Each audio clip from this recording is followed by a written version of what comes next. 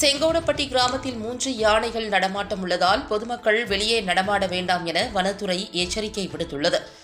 தருமபுரி மாவட்டம் பாலக்கோடு அடுத்த எருதுக்கூடு அள்ளி, கணவன அள்ளி, காப்புக்காடு பகுதியில் இருந்து 3 காட்டு யானைகள் கடந்த சில நாட்களாக இரவு நேரங்களில் ஊருக்குள் புகுந்து விளைநிலங்களில் உள்ள பயிர்களை சேதப்படுத்தி வந்தன.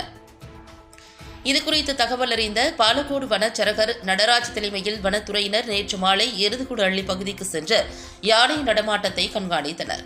அப்போது 3 காட்டு யானைகள் அப்பகுதியில் உள்ள விவசாய நிலங்களில் சுற்றித் திரிந்தன. இதனை கண்ட வனத்துறையினர் பட்டாசு வெடித்து யானைகளை காப்புக்காட்டிற்குள் துரத்தினர்.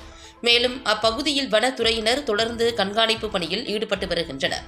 காட்டிற்குள் விரட்டப்பட்ட யானைகள் மீண்டும் காப்புக்காட்டிற்குள் அருகில் உள்ள எருதுகுடு அள்ளி, கணவன அள்ளி, செங்கோடப்பட்டி உள்ளிட்ட கிராமங்களுக்கு வர வாய்ப்புள்ளதால் இரவு நேரங்களில் பொதுமக்கள் யாரும் வெளியே நடமாட வேண்டாம் எனவும் பாதுகாப்பாக இருக்கும்படியும் யானைகள் நடமாட்டம் குறித்து தெரியவந்தால் உடனடியாக வனத்துறைக்கு தகவல் தெரிவிக்கும்படி வனச்சரக அலுவலர் நடராஜ் வெளியிட்டுள்ள செய்திக்குறிப்பில் தெரிவித்துள்ளார்.